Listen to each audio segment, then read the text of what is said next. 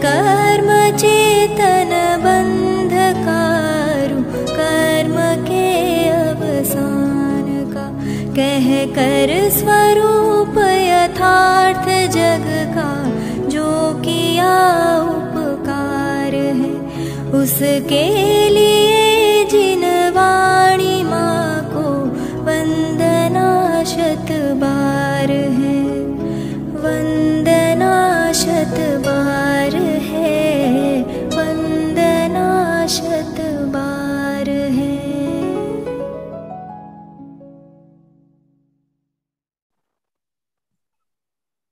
मोक्ष मार्गस्य नेतारं भेत्तारं कर्म भूभृतां, ज्ञातारं विश्वतत्त्वानां वन्दे तद्गुणलब्धये, वन्दे तद्गुणलब्धये।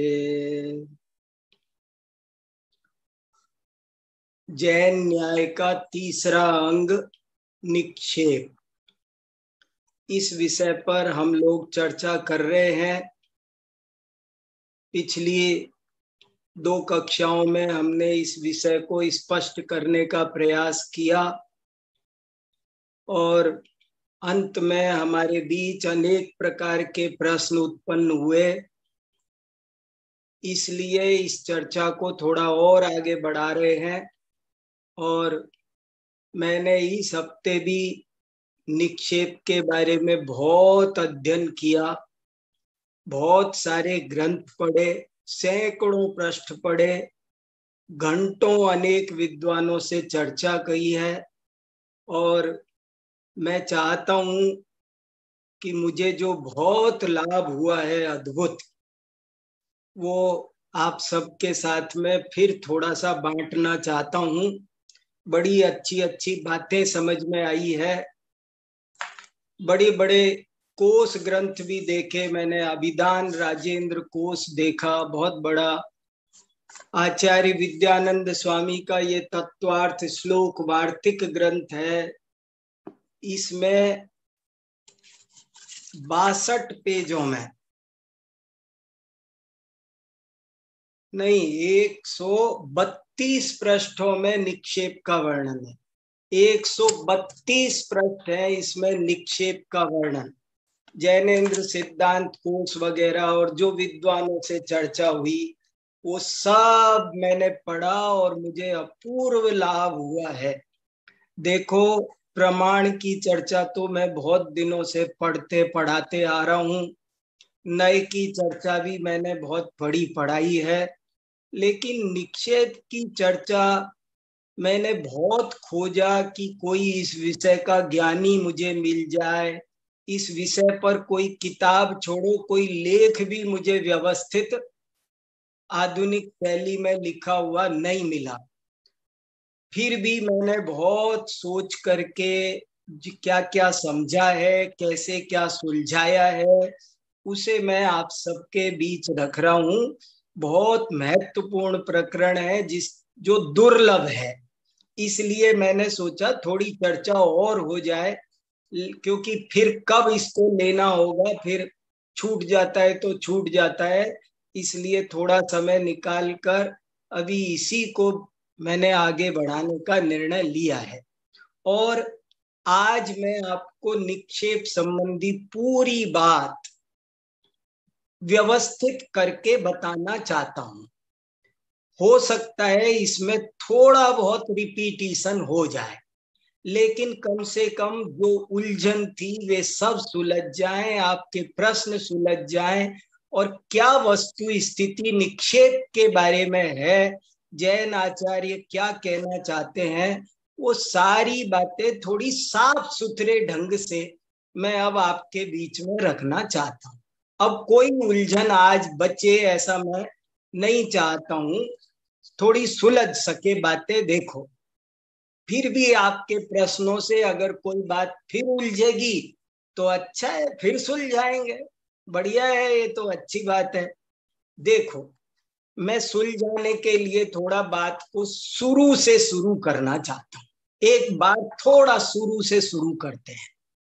देखो, निक्षेप की चर्चा सबसे पहले तत्वार्थ सूत्र में आई, और तत्वार्थ सूत्र का ही इसीलिए मैं मंगलाचरण पढ़ रहा हूं लगातार, क्योंकि आप ऐसा समझ लो एक तरह से हम तत्वार्थ सूत्र का स्वाध्याय कर रहे हैं।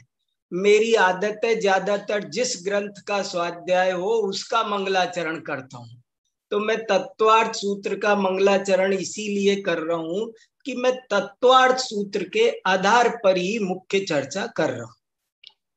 तो देखो 5वां सूत्र है ये, जरा अपन एक नजर 1 मिनट में शुरू के 4 सूत्रों पर भी डाल लेते हैं, ज्यादा तो है नहीं, समझ में आ जाएगी बात हमारी किस ट्रैक पर जा रही है।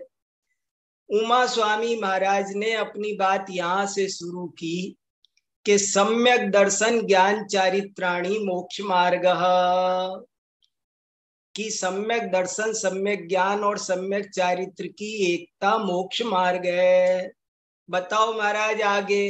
बोले तत्वार्थ श्रद्धानम सम्यक दर्शनम, कि तत्वार्थ के श्रद्धान का नाम सम्यक दर्शन है। जी महाराज आगे बताओ। बोले तन्निसर्गा दधिगमाद्वा, वो सम्यक दर्शन 2 प्रकार से होता है, निसर्ग से भी और अधिगम से भी। स्वभावतः भी होता है और परोपदेश से भी होता है। निसर्गज और अधिगमज के भेद से सम्यक दर्शन 2 प्रकार का है। जी महाराज अब इसके बाद आगे बताओ। बोले जीवा जीवाश्रव बंध संवर निर्जरा मोक्षास तत्वम, चौथा सूत्र आ गया। बोले ये 7 तत्व है, कान खोल के सुन लो, और इनका श्रद्धान करने का नाम सम्यक दर्शन है। पहला मोक्ष का पहला सोपान है ये, पहली सीढ़ी मोक्ष मार्ग की। सुनो कान खोल के सब लोग, के 7 तत्व हैं, 7 तत्व, और वो ये हैं, ये और कोई नहीं, जीव अजीव आश्रव बंध संवर निर्जरा मोक्ष, ये 7 तत्व हैं और इनके श्रद्धान का नाम सम्यक दर्शन है। जी महाराज आगे सुनाइए। तो इसके बाद तुरंत सुनाया नाम स्थापना द्रव्य भाव तस्तन्यास, कि ये जो तुमको मैंने जीवादि 7 तत्व सुनाए हैं, ये नाम स्थापना द्रव्य और भाव के भेद से 4 प्रकार से आरोपित किए जाते हैं। 4 प्रकार से इनका व्यवहार होता है, 4 प्रकार से इनका कथन होता है। जरा देखना मैं शब्द बदल रहा हूं। 4 प्रकार से निक्षेप होता है, 4 प्रकार से न्यास होता है, 4 प्रकार से आरोप होता है, 4 प्रकार से कथन होता है, 4 प्रकार से व्यवहार होता है, 4 प्रकार से समव्यवहार होता है। इस तरह से 4 प्रकार के जीवादि तत्व हैं, और जीवादि तत्व ही क्या, सम्यक दर्शनादि भी 4 प्रकार के हैं।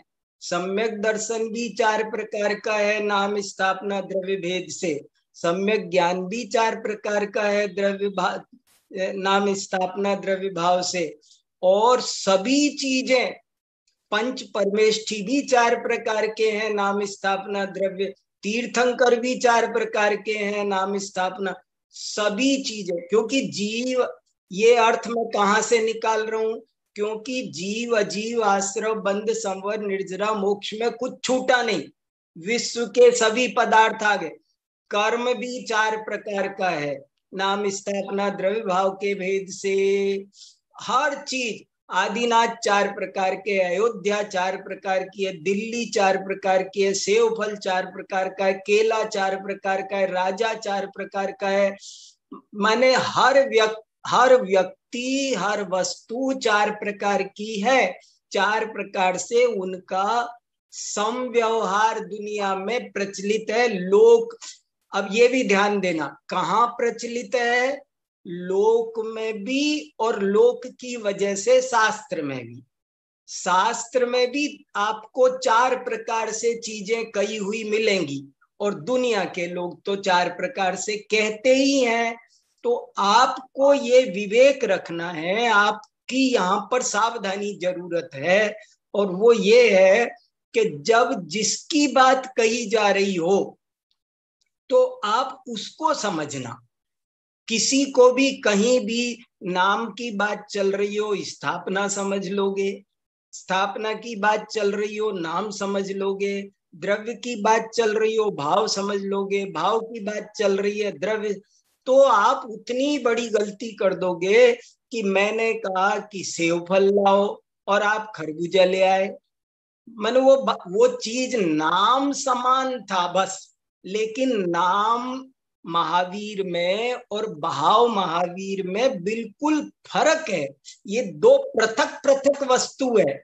नाम महावीर और स्थापना महावीर और द्रव्य महावीर और भाव महावीर, महावीर महावीर चार जगह मिल गया, लेकिन एक चीज नहीं है, ये चार चीज हैं। और इन चार चीजों को मिलाना नहीं, जिसकी बात की जा रही हो वही समझना। तो ये बात उन्होंने जोड़ देकर कही। बोले हो गया महाराज, अब आगे सुनाइए।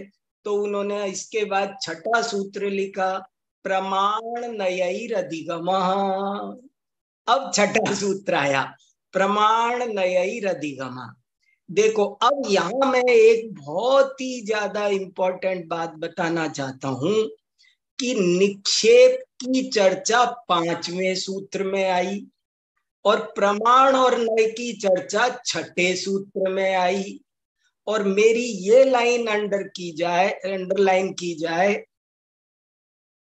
कि वे ये कहना चाहते हैं कि निक्षेप पूर्वक ही प्रमाण नय का जन्म होता है।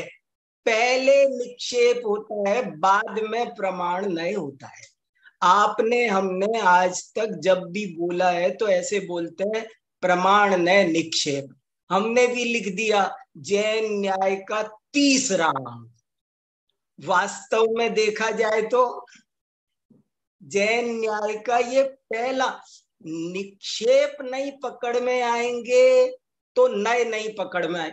ये मेरी बात बहुत ज्यादा इंपॉर्टेंट है, सब लोग इस पर थोड़ा सा विचार करो और ध्यान दो। आज एक गजब की गुत्थी सुलझेगी कि पहले निक्षेप चाहिए, निक्षेप पूर्वक प्रमाण नय का जन्म होता है। निक्षेप के बिना प्रमाण नय का जन्म नहीं होता। कैसे नहीं होता? मुझे कितना आनंद आया, कितना आनंद आया, मैं बता नहीं सकता। देखो, पहले क्या होगा, पहले आप नाम महावीर, स्थापना महावीर, द्रव्य महावीर, इसमें से पहले सेलेक्ट करो किसकी बात कर रहे हैं। पहले सेलेक्ट करो, आपको नाम केला, स्थापना केला, द्रव्य केला, भाव केला, पहले सेलेक्ट करो। पहले इन चार में से सेलेक्ट करो, हम कुछ नहीं जानते। जब आपने सेलेक्ट किया कि मुझे तो भाव केला चाहिए, भूख लग रही है, नाम केला से भूख नहीं मिटेगी, स्थापना केला से भूख नहीं मिटेगी, द्रव्य केला से भूख नहीं मिटेगी, मुझे भाव केला चाहिए, तो अब भाव केला में प्रमाण नए लगेंगे। जब तक आप पहले यही सेलेक्ट नहीं करोगे कि आपको कौन सा चाहिए, तो आप किस में लगाओगे प्रमाण में? प्रमाण बाद आपने जब भाव केला चुन लिया तो भाव केले में उस पूरे केले को कहने का नाम प्रमाण है, और उस केले के एक एक अंग को, एक एक पक्ष को, एक एक गुण को, एक एक अवयव को कहना वो नय है। तो मैं अपनी आज की पहली इंपॉर्टेंट चर्चा ये निकल कर आई कि हम लोग भले बोलते हैं प्रमाण नय निक्षेप, लेकिन आगम क्या कह रहा है, जिनवाणी क्या कह रही है, तत्वार्थ सूत्र कह रहा है कि पहले निक्षेप होंगे और बाद में प्रमाण नए होंगे।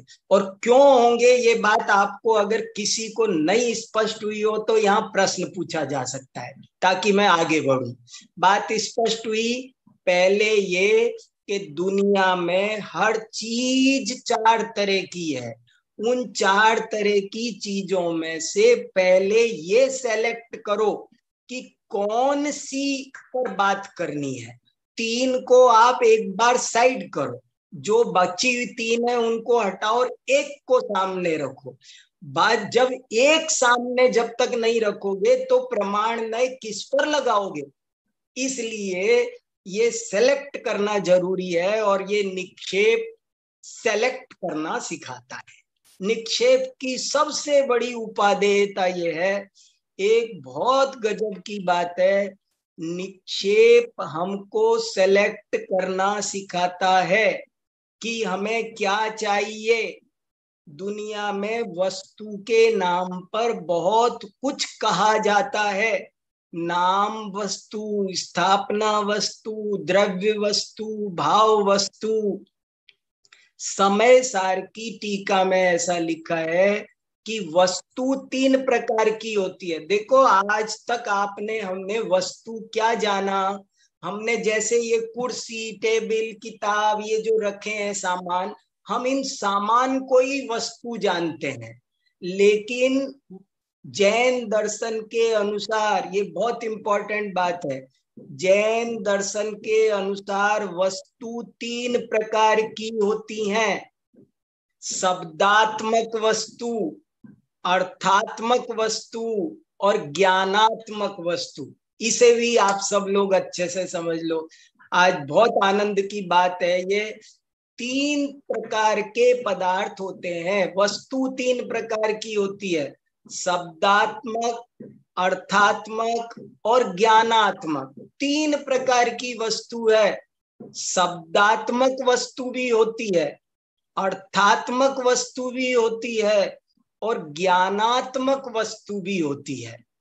जैसे उदाहरण के तौर पर मकान तीन तरह का होता है, मोर तीन तरह का होता है, हर वस्तु तीन तरह की होती है। अब देखो गजब की बात सुनो, अभी मैंने कहा था संसार की हर वस्तु चार तरह की होती है। अब मैं आपको एक दूसरी बात बताता हूं, दूसरी अपेक्षा से संसार की हर वस्तु तीन तरह की होती है, हर वस्तु।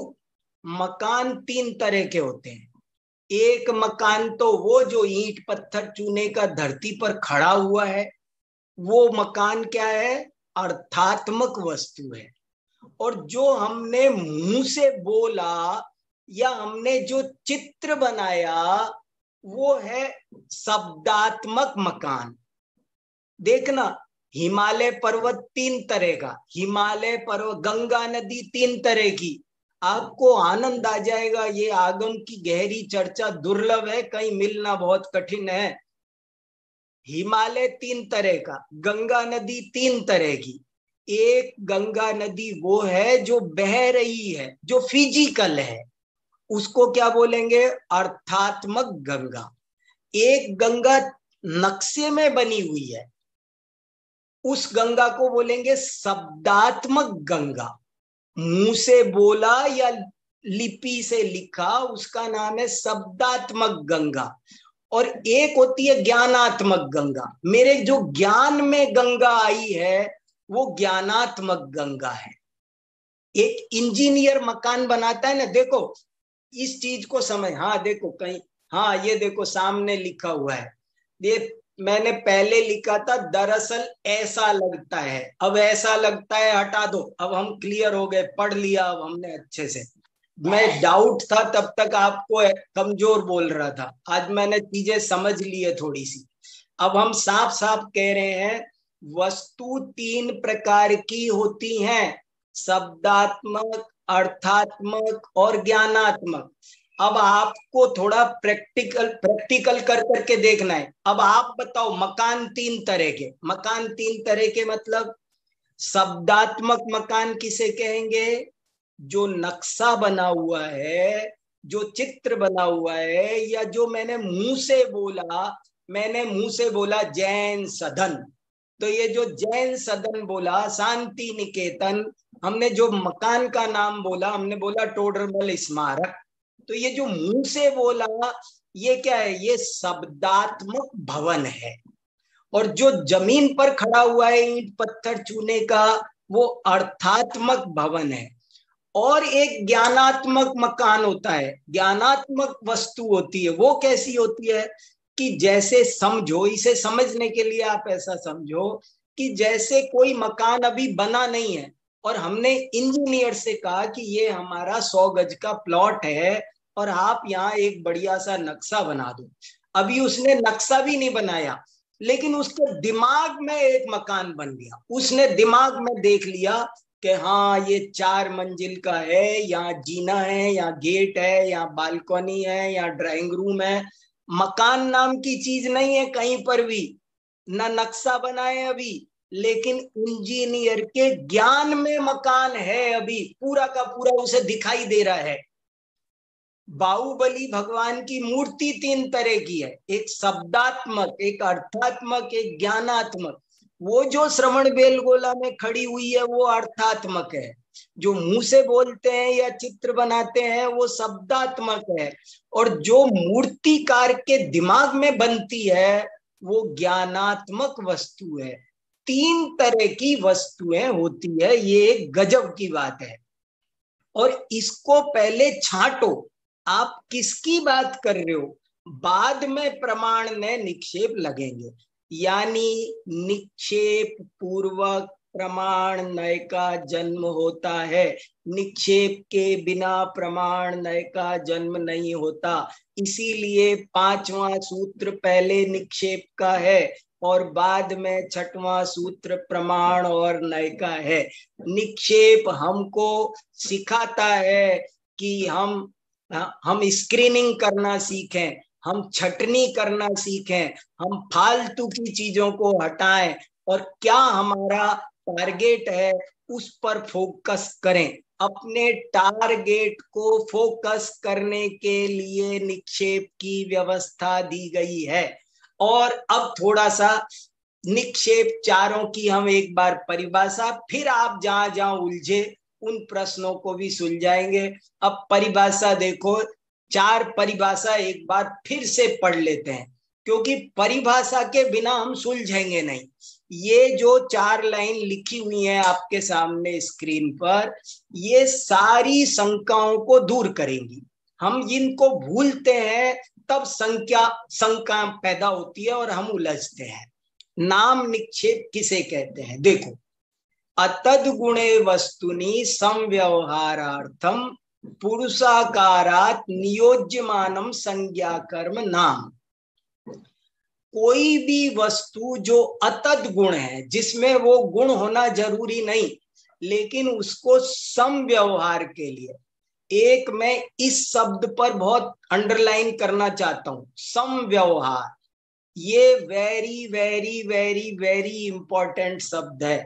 समव्यवहारार्थम, समव्यवहार के लिए, पुरस्कारात नियोज्यमानम संज्ञा कर्म नाम, जो वस्तु में गुण को देखे बिना समीचीन, समव्यवहार माने समीचीन व्यवहार चलाने के लिए, समव्यवहारार्थम का हिंदी मीनिंग है समीचीन व्यवहार चलाने के लिए जो कोई एक संज्ञा रखी जाती है उसका नाम नाम निक्षेप है।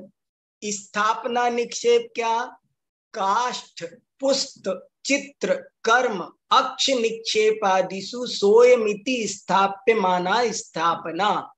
काष्ठ माने लकड़ी, पुस्त माने कपड़ा, चित्र माने चित्र, पेंटिंग, कला। इन कर्मों में, अथवा ये कर्म शब्द 3 जगह लगेगा, काष्ठ कर्म, पुस्तकम कर्म, चित्र कर्म, अंत दीपक है। चाहे लकड़ी की कोई चीज बनाओ, चाहे कोई कपड़े की बनाओ, और उससे और भी ले लेना।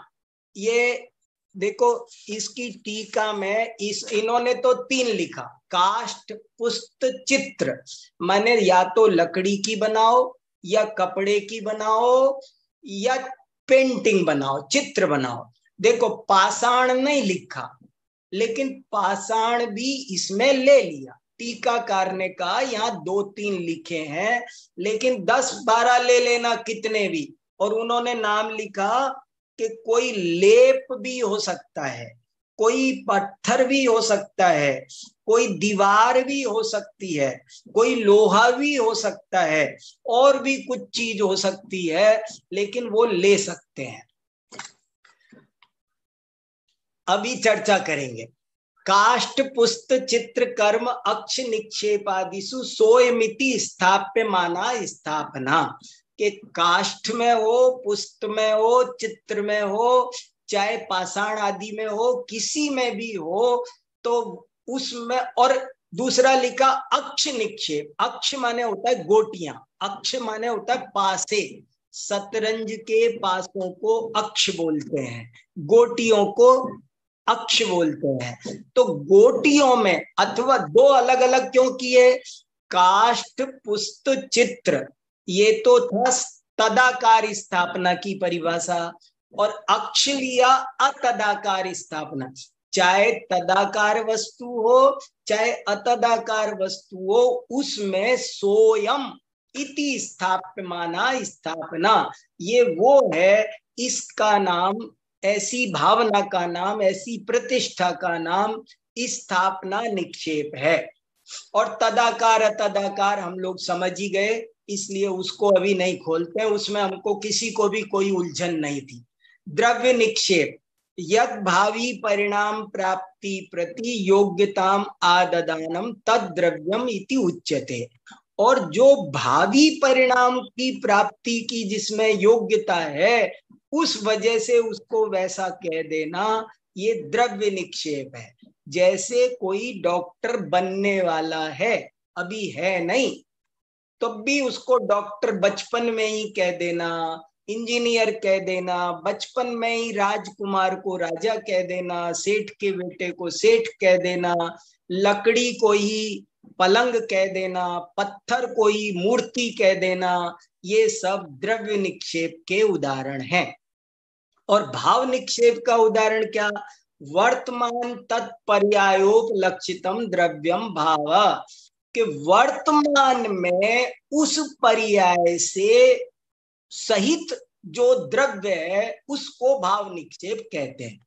वर्तमान तत्पर्यायोपलक्षितम, वर्तमान में उस पर्याय से उपलक्षित सहित जो द्रव्य है उसे भाव निक्षेप कहते हैं। ये चार प्रकार के ये निक्षेप है।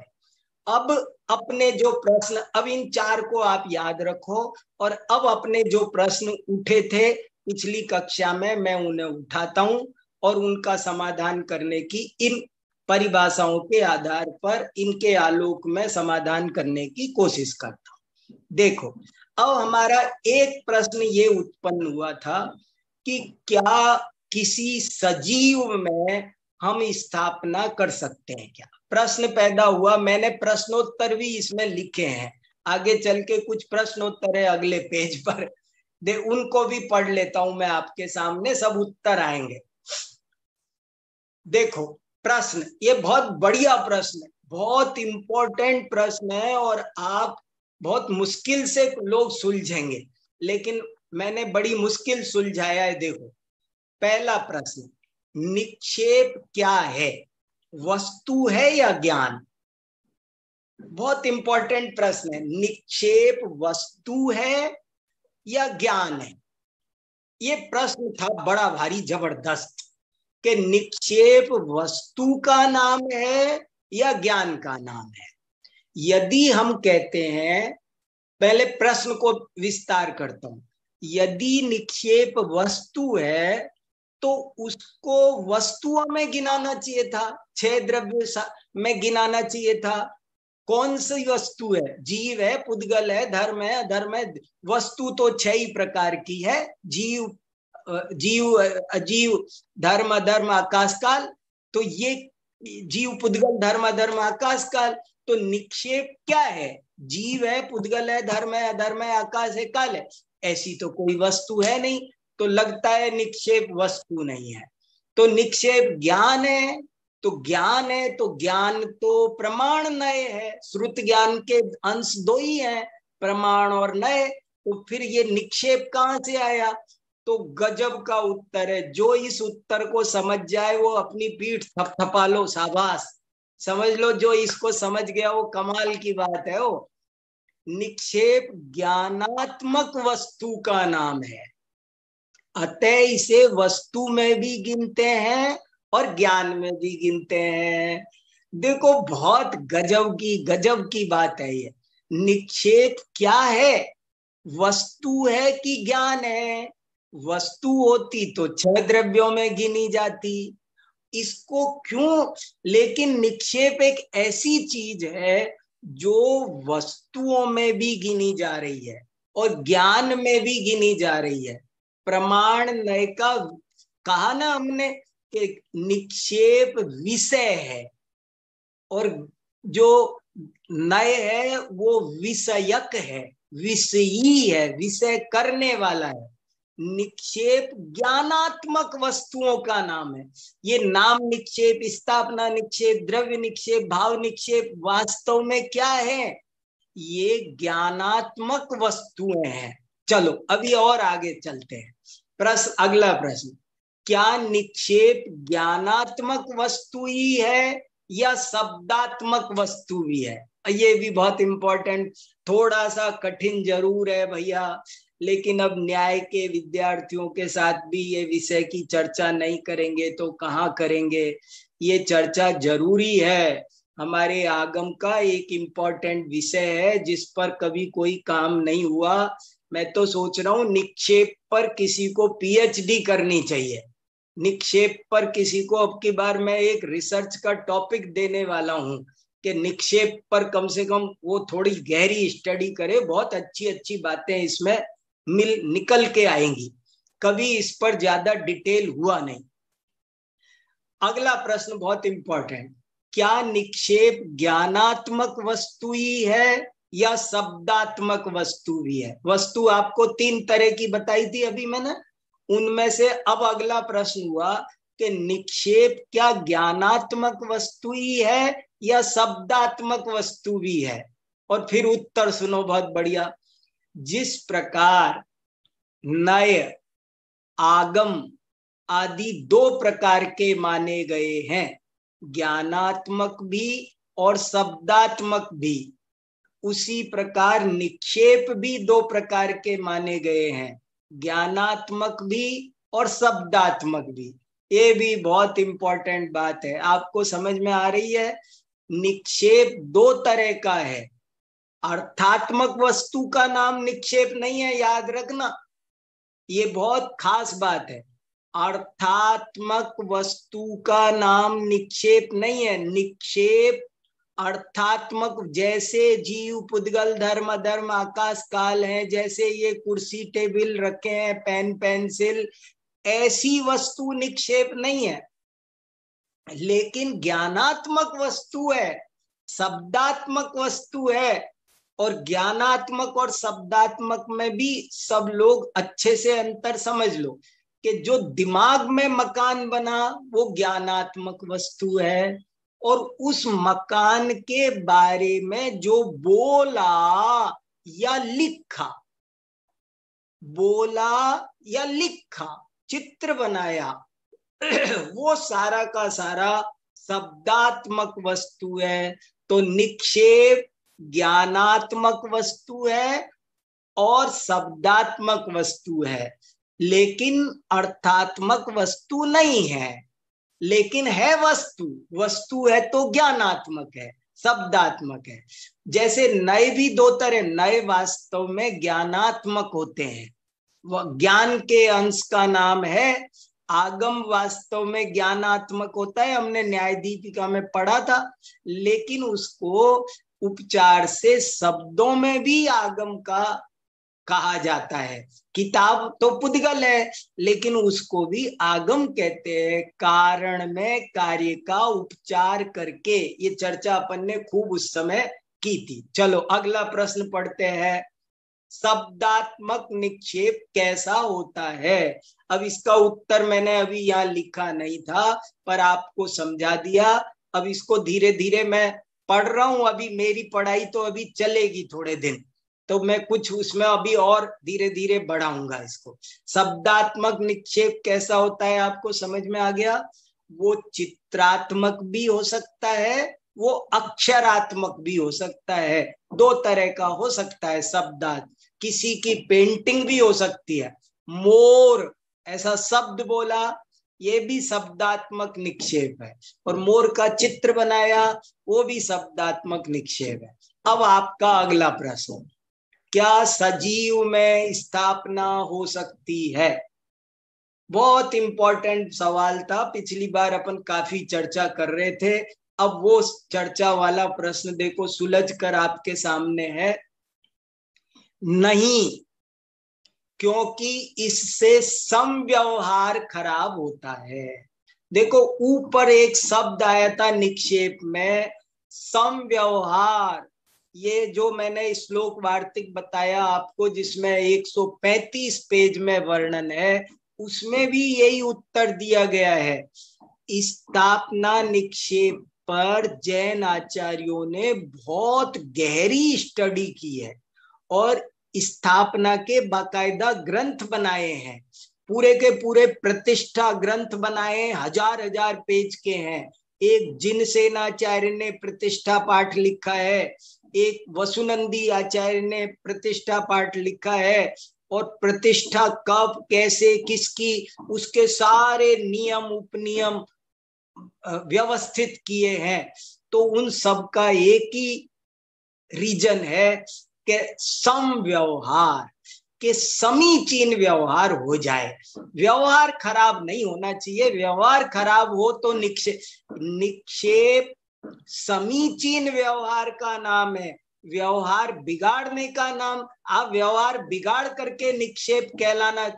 जैसे नए दो तरह के होते हैं, सुनय और कुनय, ऐसे ही निक्षेप भी दो तरह के हो जाएंगे, सम्यक निक्षेप और मिथ्या निक्षेप। ये एक नई गजब की बात बता रहा हूं आपको, कहीं सुनी नहीं होगी। निक्षेप दो तरह के, जब आप उनसे समव्यवहार खराब करोगे, जैसे कहा ना, संदेश को हम मैसेज कहें, तो ये क्या हो गया?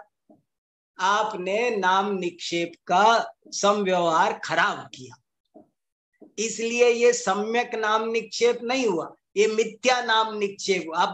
आप गड़बड़ क्यों कर रहे हो? ऐसे ही स्थापना में, द्रव्य में गड़बड़ नहीं कर सकते, करोगे तो व्यवहार खराब हो जाएगा। देखो कल्पना कीजिए, क्या किसी मुनि या गृहस्थ को, देखो प्रश्न था पिछली बार हमारा कि मुनि पर कोई हम कुंद कुंद की स्थापना कर सकते हैं क्या? मैं कह रहे बाद में आप पूछोगे किसी गृहस्थ पे कर सकते हैं क्या?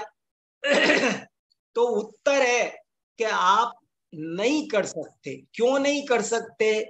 क्योंकि इससे समव्यवहार खराब होता है। स्थापना के बाद क्या करना है? अनुग्रह निग्रह का व्यवहार होना है। स्थापना का व्यवहार क्या? उसका आदर, अनुग्रह निग्रह आदि उसका व्यवहार है। और वो क्या किसी हम सजीव पर कर सकते हैं? नहीं कर सकते। इसलिए सजीव में स्थापना नहीं हो सकती। क्या किसी व्यक्ति को हम स्थापना नेता बनाकर जला सकते हैं? देखो मैंने आपको एक एग्जाम्पल दिया, हम कभी कभी मुख्यमंत्री का पुतला जलाओ, नेताजी का पुतला जलाओ, तो क्या हम उस नेताजी के पुतले की बजाय हम पुतला बनाते हैं कपड़े वपड़े का किसी का, वो क्या हम किसी व्यक्ति में स्थापना कर सकते हैं? नहीं कर सकते। क्यों? क्योंकि हम उसको जला नहीं सकते। हम जो व्यक्ति में करेंगे तो हमारा समव्यवहार नहीं चल सकता, इसलिए सजीव में स्थापना नहीं हो सकती। लेकिन मैंने ब्रैकेट में एक इंपॉर्टेंट बात लिखी है, पाप पुण्य तो हो सकता है। देखो ये एक बारीक बात है, आप कुछ करेंगे, जो कुछ करेंगे उससे पाप पुण्य नहीं होगा, ये मैं नहीं कह रहा हूं। पाप पुण्य तो हो सकता है। अभी और प्रश्न आएंगे बहुत अच्छे अच्छे, इनसे थोड़ा सुलझेगा। पाप पुण्य हो सकता है। पाप पुण्य हो सकता है का मतलब क्या? जैसे मान लो हमने कैलेंडर में महावीर भगवान है, तो उनको स्थापना निक्षेप माने क्या? कि नहीं, हम नहीं मानेंगे, क्योंकि उनकी प्राण प्रतिष्ठा नहीं हुई। जैन आचार्यों ने स्थापना निक्षेप को बहुत डेवलप किया है। इसीलिए डेवलप किया है कि ऐसे तो मोबाइल में महावीर भगवान की फोटो आ गई, तो मोबाइल में महावीर भगवान की फोटो आ गई तो उसको हम स्थापना निक्षेप मानेंगे? तब तो हम रोज रोज डिलीट करते हैं, तो फिर हमको दोष लगेगा।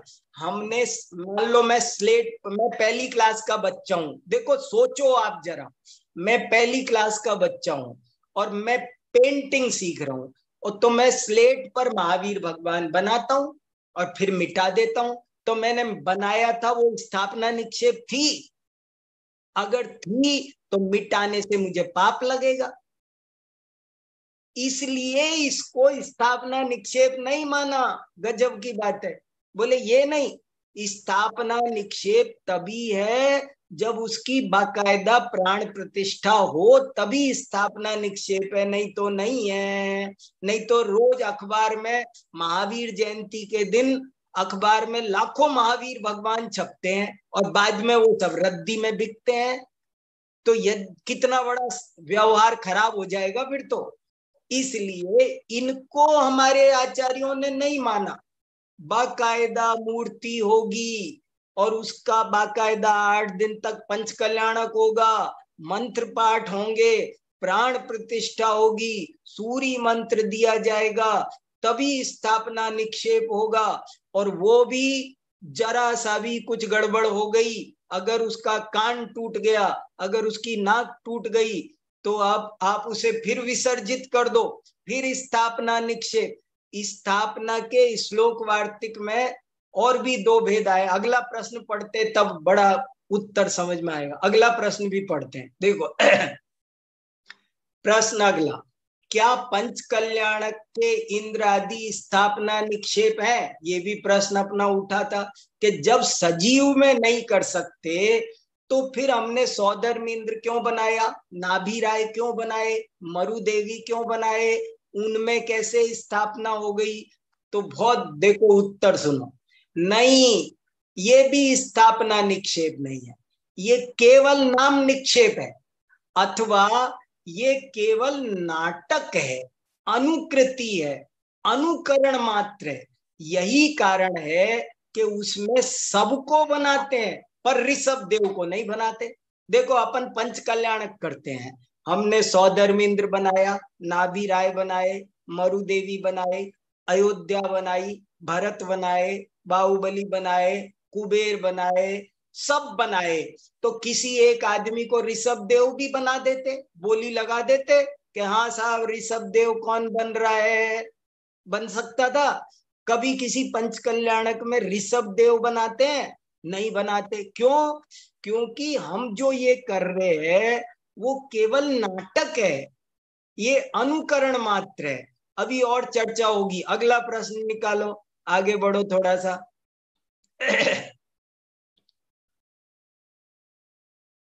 लोग नाटक के राम इंद्र आदि की पूजा करते हैं।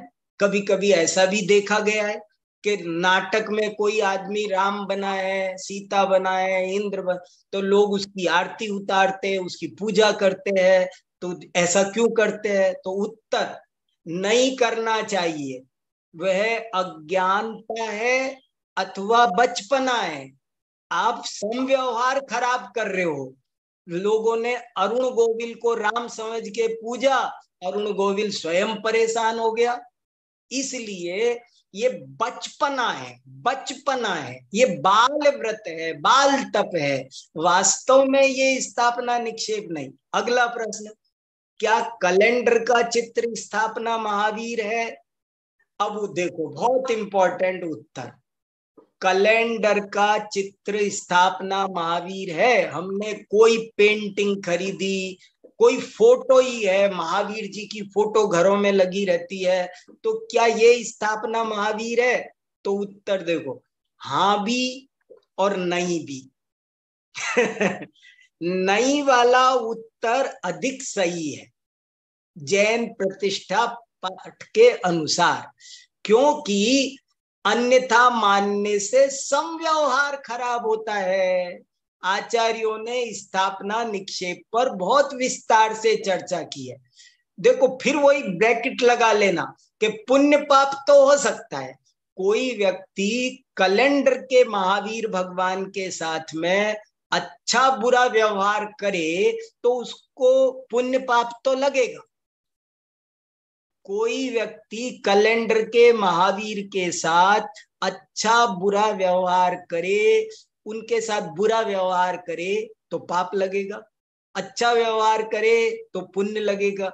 लेकिन फिर भी इसे स्थापना निक्षेप कहना उचित नहीं है, क्योंकि जैनाचार्यों ने इसके लिए एक पूरा संविधान डेवलप किया है और ये बात उस संविधान के दायरे से बाहर है, इसलिए हम इसे स्थापना महावीर नहीं कह सकते। अगला प्रश्न बहुत अच्छा, देखो अगला प्रश्न, क्या अप्रतिष्ठित मूर्ति स्थापना महावीर है? अब आप ऐसा समझो आपके गांव में कोई मूर्ति आ गई खजाने वालों के रास्ते से, तो उसका उत्तर हाँ भी और नहीं भी। अब देखो ये भी गजब की बात है, अप्रतिष्ठित मूर्ति वो महावीर है कि नहीं है स्थापना महावीर? तो बोले वो है भी नहीं भी है। नहीं वाला उत्तर अधिक सही है, क्योंकि इससे समव्यवहार खराब होता है, इसीलिए उसके गले में धागा बांध देंगे, कुछ कुछ कर देंगे। लेकिन हमारे प्रतिष्ठा शास्त्र ने, संविधान ने ये भी इजाजत दी कि यदि 100 साल हो जाए तो हम उसको पूज्य मान लेंगे। इसलिए ये इंपॉर्टेंट बात है। समय तेजी से भाग रहा है, आप लोग कुछ कहो तो ठीक है, फिर हम और चर्चा करेंगे। अभी चर्चा थोड़ी बाकी है तो हो जाने दो, लेकिन अगर आपको कुछ कहना हो तो हमारे पास में 10-12 मिनट है। संदेश जी, लोगों से देख लो, बातचीत कर लो, फिर अपन और चर्चा करेंगे। अभी आप लोग कुछ बोलो जी। उमाकांत जी बंड का प्रश्न यहाँ पे चैट बॉक्स में डला है कि शुभम चक्रवर्ती ने जो जल पर नमोकार मंत्र ऐसे लिख दिया था, वो कैसे सिद्ध होगा फिर? बराबर, वो शब्दात्मक है, वो शब्दात्मक वस्तु है और उसमें स्थापना निक्षेप है। मैं बराबर बता रहा हूं, बहुत अच्छे से समझो। स्थापना निक्षेप है भी नहीं भी है इसलिए क्योंकि उसके आधार से पाप पुण्य होता है, और नहीं इसलिए कि आचार्यों ने उसका एक जब पूरा संविधान बना दिया तो वो संविधान के मुताबिक वो काम आपको करना पड़ेगा। आप संविधान के बाहर नहीं जा सकते, पॉलिसी मैटर बन गया वो, ये मतलब है। उसने भाव वैसे किए ना, उसने नमोकार मंत्र के अनादर के भाव किए ना, जबकि उसको तो लिखा भी नहीं, लिपि से भी। सारा खेल तो भावों का ही है जी। चलिए वैभव जी गोधा। हाँ वैभव जी बोलिए। जय जय पंडित सर। जय जी ने। मेरा प्रश्न ये है कि जब भी अपन ने प्रतिष्ठा के अंदर जो इंद्र की जो प्रतिष्ठा करते हैं उसको नाम निक्षेप माना, हाँ तो फिर उसको वह सूतक वगैरह क्यों नहीं लगता? देखो अभी ये भी चर्चा मैंने अभी आगे के प्रश्नों में आ रही थी ये चर्चा, पर बहुत अच्छा प्रश्न पूछ लिया आपने कि ये जो उसको हमने इंद्र को नाम निक्षेप कहा, उसके साथ मैंने वहां लिखा है इसे नाटक भी कह सकते हैं, एक अनुकरण निक्षेप भी है। ये श्लोक वार्तिक में विद्यानंद स्वामी ने ये कहा कि निक्षेप 4 ही प्रकार के नहीं होते, निक्षेप असंख्य प्रकार के होते हैं, अनंत प्रकार के होते हैं। एक उपमा निक्षेप भी होता है, ये उपमा निक्षेप है। ये स्थापना निक्षेप में तो आदर निग्रह अनुग्रह सब आएंगे, लेकिन हमने किसी स्त्री के मुख को कहा ये चंद्रमा है, तो ये क्या है? माने निक्षेप के 4 भेद मुख्य हैं और बाकी के बहुत सारे उपमा। अभी आपको इसमें आगे प्रश्नोत्तरों में ये सब चर्चा आने वाली है। अभी ये प्रश्नोत्तर हम अभी पढ़ेंगे तो और समझ में आएगा। उपमा भी होती है, अनुकरण भी होती है, एक जनपद भी होती है। एक जैसे मीठा शब्द का अर्थ राजस्थान में बूरा है, अहमदाबाद में नमक है। तो ये फर्क पड़ेगा, थोड़ा सा आएगी, थोड़ी सी और स्पष्टीकरण आएगा। अभी इस प्रश्न का और थोड़ा सा स्पष्टीकरण आने वाला है जी। थोड़ी कल भी लंबा हमारी हो जाएगा, इसलिए अभी नहीं बोल रहा, और सुन लेते हैं थोड़े से। हाँ जी, कल भी हमारी निक्षेप पे कक्षा रहेगी, तो उसमें हाँ, और भी अनेकों बातों पे विचार होगा और अभी अनेकों बहुत बातों पे कुछ जरूरी बातें बहुत रह गई हैं, वो अभी हम कल करेंगे अभी। हाँ, और बोलिए, आप लोग सब कह दीजिए, मैं आपको सुनना चाहता हूं, ताकि अब कल हम और बातें सब कंप्लीट कर लें, समेट लूं आप सबकी शंकाओं को। इसलिए आप लोग सब अपने अपने प्रश्न रख दो बस, और नहीं सुन पाऊं तो भी मुझे बाद में भेज देना। कल सबको बिल्कुल कंक्लूड करना है एकदम। प्रदीप जैन फरीदाबाद। भाई चलो। प्रदीप जी फरीदाबाद। हाँ बोलिए प्रदीप जी। हाँ, जय जिनेन्द्र भाई साहब। सुनाओ साहब। एक चीज पूछना था मेरे को। हाँ, कि आपने अभी बताया कि अप्रतिष्ठित प्रतिमा को स्थापना में नहीं गिन पाते जी। किसको? अप्रतिष्ठित प्रतिमा जी को। हाँ, तो अब जो है कुछ समय से हम देख रहे हैं, अभी रिसेंटली कैलकाटा में भी कुछ, वेस्ट बंगाल में भी कुछ प्रतिमा मिली थी जो कभी प्रतिष्ठित रही होंगी। हाँ, तो उनका जो है अब हम किस प्रकार का भाव करें? देखो, प्रतिष्ठा के बारे में हमारे प्रतिष्ठा शास्त्र में ऐसा लिखा है कि यदि कोई मूर्ति अप्रतिष्ठित भी हो और 100 वर्ष से खड़ी हुई हो तो उसे प्रतिष्ठित मानकर व्यवहार करो। तो वो वाला व्यवहार शुरू करें फिर उसके साथ। हाँ, नहीं ये लिखा है ना। और देखो, चीजों को सबको समझ समझ का खेल है। किसी को प्रतिष्ठा शास्त्र पता ही नहीं हो और उसने मूर्ति देख, दोष नहीं है। उसने मूर्ति देखी, प्रणाम कर दिया, अर्घ का चढ़ाया, तो वो दोष नहीं है। लेकिन जैन आचार्यों ने कोई अव्यवस्था समाज में न फैल जाए, इसलिए उन्होंने बाकायदा एक पूरा प्रतिष्ठा शास्त्र डेवलप किया। वो वैसे उस प्रतिष्ठा शास्त्र के संविधान को अलग करके बात करेंगे तो वो हो गई स्थापना। आपने एक बच्चे ने एक चित्र बनाया ना, तो वो चित्र भी स्थापना महावीर है। मैं बार बार कह रहा हूं, वो चित्र भी स्थापना महावीर है। उसके साथ भी अच्छा बुरा व्यवहार करोगे तो पाप पुण्य का बंद होगा, गारंटी से होगा वो। लेकिन वो ना हो या कम हो, इसलिए हमारे आचार्यों ने बाकायदा एक प्रतिष्ठा शास्त्र डेवलप किया कि ऐसे तो बहुत गड़बड़ हो जाएगी, ऐसे तो बहुत पाप लगने लगेगा। बहुत बहुत धन्यवाद भाई साहब। हाँ, बहुत अच्छा। हाँ, दीपाली जी भी बोलिए। दीपाली जी सुनाइए। हाँ, दीपाली। नमो जिनाणम पंडित जी। हाँ, नमो जिनाणम, सुनाइए। जैसे कि नाम निक्षेप, हाँ, अगर उस अनुसार गुण, जाति, क्रिया वगैरह नहीं हो तो हाँ, भी क्या कहे जा सकते हैं? हाँ, उसमें नाम निक्षेप गुणों के होने नहीं होने को देखता नहीं है, ये अर्थ है। गुण होने, मान लो कोई व्यक्ति का नाम हो धनी राम, करोड़ी मल, तो उसके पास करोड़ रुपया हो भी सकता है। बहुत अच्छा प्रश्न है, देखो इंपॉर्टेंट प्रश्न है। प्रश्न सुन लो सब लोग, बहुत अच्छा प्रश्न पूछा है। प्रश्न ये है कि क्या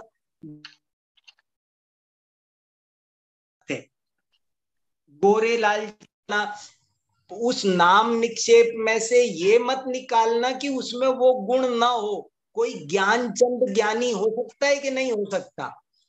तो सवाल ये है कि वो हो सकता है, लेकिन नाम जब रखा जाता है तो गुणों की अपेक्षा नहीं रखा जाता, गुणों पर ध्यान नहीं दिया जाता है कि नहीं है, ये कहने का मतलब है। जो नाम निक्षेप की परिभाषा है ना, वो परिभाषा ये कह रही है कि गुणों की अपेक्षा न रखकर जो नाम लोक व्यवहार चलाया जाता है के लिए जो संज्ञा की जाती है उसे नाम निक्षेप कहते हैं। वो हो सकता है कोई किसी का नाम भी हो और उसमें वो गुण भी हो सकता है, कोई दिक्कत नहीं है।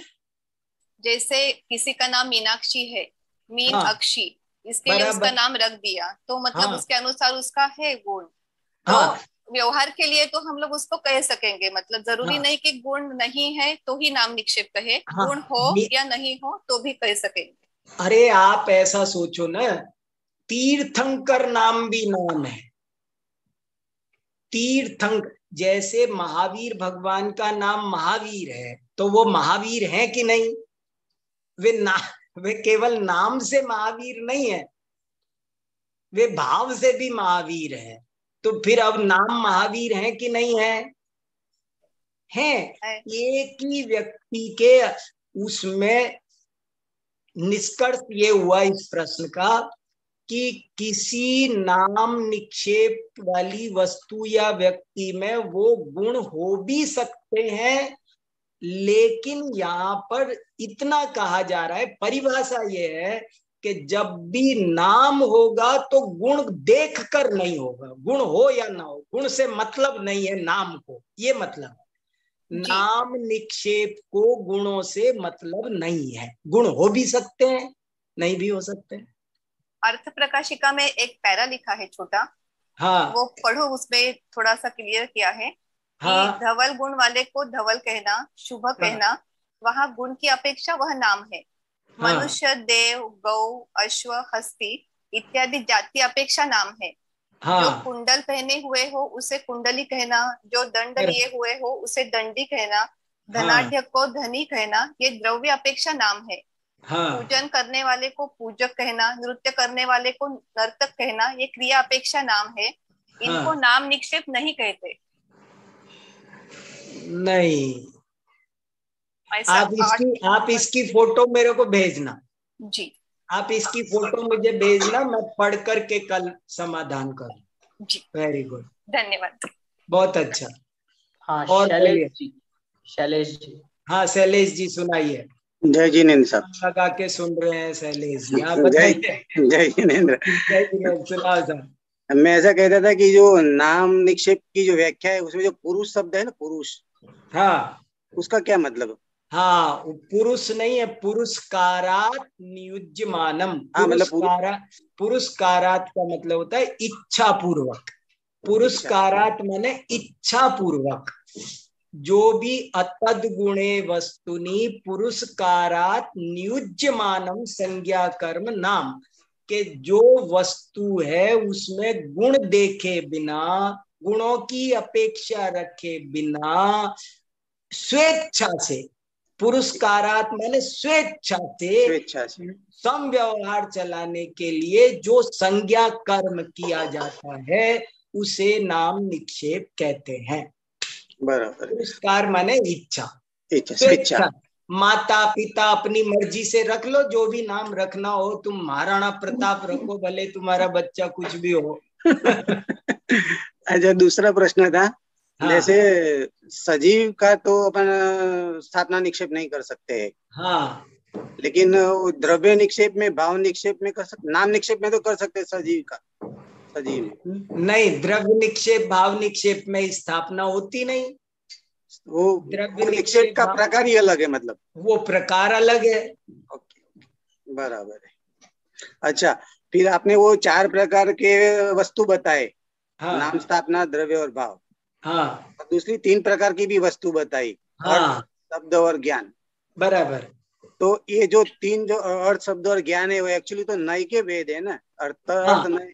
इसमें से 3 तरह की वस्तु में से ज्ञानात्मक वस्तु, शब्दात्मक वस्तु और अर्थात्मक वस्तु, तो जो शब्दात्मक वस्तु और ज्ञानात्मक वस्तु है, शब्दात्मक वस्तु भी निक्षेप है ज्ञानात्मक वस्तु भी निक्षेप है और अर्थात्मक वस्तु सठ द्रव्यात्मक ये विश्व है। और वो जो प्रमाण नय है वो तो ज्ञान है ही, वो तो आत्मा का एक गुण है, श्रुत ज्ञान का एक भेद है, वो तो श्रुत ज्ञान की पर्याय का नाम है। बराबर, मतलब वो तीनों है, वो नयात्मक भी है और वस्तु मतलब निक्षेप में भी है। हाँ, वो ज्ञान गुण की पर्याय है, वो ज्ञान गुण वाला भी है और ये निक्षेप वाले भी है तीनों। हाँ हाँ बिल्कुल, निक्षेप इसलिए दोनों जगह चला जाता है, उधर भी इधर भी। बढ़िया है। वैभव जी, वैभव जी। तो पंडित साहब, मेरा ये प्रश्न है कि जो अपनी पारसनाथ भगवान की जो प्रतिमा होती है, हाँ, है ना, तो यदि जो प्रतिमा होती है उसके ऊपर फन रहता है, हाँ, तो ये अरहत अवस्था की प्रतिमा तो है नहीं। हाँ, तो उसको तो या तो आप मुनि अवस्था की प्रतिमा मानो। देखो ये इसीलिए मैं कह रहा हूं कि 4 निक्षेपों में से सबसे ज्यादा जटिल स्थापना निक्षेप है, सबसे कठिन, जिसमें हम उलझ जाते हैं। 4 निक्षेपों में हमको नाम, द्रव्य, भाव 3 समझना सरल है, एक स्थापना निक्षेप समझना सबसे कठिन पड़ता है, हम उसमें उलझ जाते हैं। और इसीलिए उलझ जाते हैं कि उसका एक संविधान अलग बनाया हुआ है और जो एक सामान्य नियमावली है, परिभाषा वाली जो है, वो एक अलग है। सामान्य परिभाषा वाली नियमावली के हिसाब से कुछ सिद्ध होता है और जो प्रतिष्ठा पाठ है उस हिसाब से कुछ और सिद्ध होता है। तो पार्श्वनाथ की प्रतिमा वास्तव में स्थापना निक्षेप वैसा का वैसा ही होना चाहिए, क्योंकि वो तदाकार है। अर्यंत अवस्था में पार्श्वनाथ के फण नहीं था, इसलिए नहीं होना चाहिए। एक कायदा तो यही कहता है, लेकिन दूसरा कायदा ये कहता है कि उसमें उपचार और उपचार में भी उपचार कर लो, उपचार में भी उपचार कर लो, उसमें और द्रव्य निक्षेप कर लो। वो जो मुनि पार्श्वनाथ थे वे भी तो बनने ही वाले थे ना, इसलिए उसको मान्य कर दी, क्या करे। और मिलती है एक सबसे बड़ी बात, परंपरा भी तो कोई चीज होती है ना। अब जब प्राचीन हजारों साल से मिल रही है तो क्या करे, प्रतिष्ठा शास्त्र वाले भी क्या करें। फिर उनको मुनि की प्रतिमा माने या अरहंत अवस्था की प्रतिमा माने, कैसा माने? हाँ देखो ना, आप ही देखो, यही तो अपन लोगों को तो कम से कम सुलझना ही है ना। क्योंकि मुनि यदि माने तो प्रक्षालन कैसे हो? हाँ, प्रक्षालन तो मुनि को तो स्नान का त्याग होता है। बिल्कुल, इसीलिए बहुत जगह ये बात मानी जाती है और प्राचीन काल से मानी जाती है कि पार्श्वनाथ तीर्थंकर की प्रतिमा पर फण नहीं लगाना चाहिए। वास्तव में ये ज्यादा उचित बात है। लेकिन 100 साल हो गए ना पंडित जी, प्रतिमा जी को 100 साल परंपरा से हो गया ना। तो 100 क्या 1000 हो गए। हाँ, तो इसलिए तो मान्य फिर करना पड़ेगा ना तीर्थंकर के हिसाब से। मैं वही कह रहा ना, ये विषय फिर प्रतिष्ठाचार्यों के हिस्से में चला गया, हमारी कोर्ट से बाहर निकल गया। हमारी कोर्ट थी निक्षेप व्यवस्था समझाना, निक्षेप व्यवस्था के हिसाब से क्या होगा वो तो हम बताएंगे, और वो प्रतिष्ठा शास्त्र और समाज शास्त्र में चला गया। अब ये हमारी कोर्ट से निकल गया, अब वो प्रतिष्ठाचार्य जो कह देंगे वो चलेगा। हाँ, तो उनकी कोर्ट में पास हो गया ना एज ए तीर्थंकर। हाँ, वही मैं कह रहा हूँ ना, उनकी कोर्ट में चल गया ये। हाँ, उनकी कोर्ट में चल गया, वैसा मान करके उनको भी हम तीर्थंकर मानकर व्यवहार करते हैं। क्योंकि जैसे अपने आप है सिद्ध प्रतिमा और अरिंद प्रतिमा में जो डिफरेंस बताया है, सिद्ध की भी प्रतिमा तो बनाते हैं। अब वैसे तो सिद्ध प्रतिमा भी ना बने। हाँ, सिद्ध प्रतिमा भी बनाते ही हैं। हाँ, तो सिद्ध प्रतिमा और अहिंद प्रतिमा में डिफरेंस इतना ही कर देते हैं कि उनको इसलिए इस विषय को प्रतिष्ठाचार्य के हिस्से में रहने दो, और वो जो कह दे वो समझ लो। इसमें यही करना पड़ेगा, और कोई उपाय नहीं है। क्योंकि और अपन को क्या करना, उसमें सुलझाना कैसे, समव्यवहार शब्द लगा करके। समव्यवहार, ये भी सही कहा उमाकांत जी ने। देखो बाहुबली पार्श्वनाथ की क्यों, बाहुबली भगवान की मूर्ति भी है, अब बेलें चढ़ी हुई है तो वो मूर्ति क्या मानी जाए। बिल्कुल बाहुबली भगवान की मूर्ति का वैसे ही। तो ऐसे ही है, इसको थोड़ा सा फ्लेक्सिबल होकर, थोड़ा उदारता पूर्वक अपने चित्त को थोड़ा सा सुलझा करके समझना, स्वीकार करना जरूरी है। थोड़ी सी बहुत इंपॉर्टेंट चर्चा और बची है जिसको हम कल करेंगे। आज का समय पूरा हो गया। बहुत अंत में एक और बिंदु पे मैंने विचार किया। ये जो बात आई थी कि मान लो भगवान महावीर की फोटो है, भगवान महावीर कैलेंडर पे छपे हुए हैं, तो वो स्थापना निक्षेप है या नहीं? तो इसमें नहीं का उत्तर ही ज्यादा सही लगता है। और इसमें जिस अपेक्षा हाँ बोला था, उसमें मैं थोड़ा स्पष्ट करना चाहूंगा कि ये था कि उसको अनादर करने से बंद हो रहा है, पुण्य पाप कर्म का बंद हो रहा है। तो उसके लिए हम यदि इसका उत्तर अध्यात्म से लें तो बंद का संबंध उसकी स्थापना या उसकी ना होने से नहीं है, बंद का संबंध हमारे भावों से है। और वहां पर उस क्रिया को करने से हमारे भाव खराब हुए हैं, बंद इसलिए हुआ है। यहाँ पे ये बात भी बहुत सोचने जैसी है। तो इसलिए स्थापना का तो निक्षेप वहां पे है ही नहीं, निक्षेप व्यवस्था से हम उसको स्थापना नहीं कहें। बाकी आप बताएं। बहुत बढ़िया, बहुत अच्छा, बहुत बढ़िया। हाँ, शैलेश जी कुछ कहना चाह रहे हैं। हाँ, अनम्यूट करो। हाँ, अपना निक्षेप की जो परिभाषा है ना, उसमें चित्र शब्द आया है ना, तो महावीर का चित्र हो गया, तो फिर उसको स्थापना भी तो मानना पड़ेगा। हाँ, वही तो मैं कह रहा ना, एक हिसाब से माना ही जाएगा। हाँ, अरे चित्र जब बताए ना, नमोकार मंत्र तो बना भी नहीं था। चित्र केवल ऐसे ही उंगलियां हिला करके चित्र कर दूं और उसकी अभिनय करूं तो भी दोष है। हाँ, वो भावों का लगेगा, वो दोष भावों का लगेगा। मतलब ये तीन एक्सेप्ट हो गए उसके। हाँ, सब लोग और थोड़ा सा सोच के आओ, कल अपन इस चर्चा को पूर्ण करेंगे। बहुत अच्छा जी। जय इस प्रकार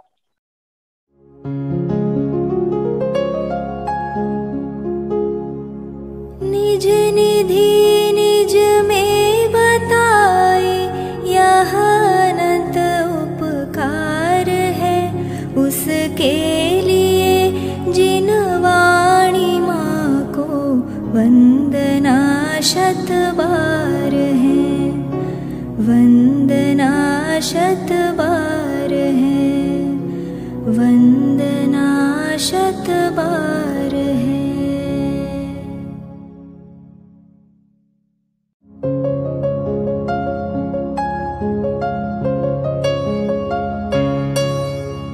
हे जिन वाणी भारती तो ही जपो दिन रैन, जो तेरी शरणा गहे सो पावे सुख चैन। जा वाणी के ज्ञान ते सूझे लोकालोक, सो वाणी मस्तक नवो सदा देत हो ढोक, सदा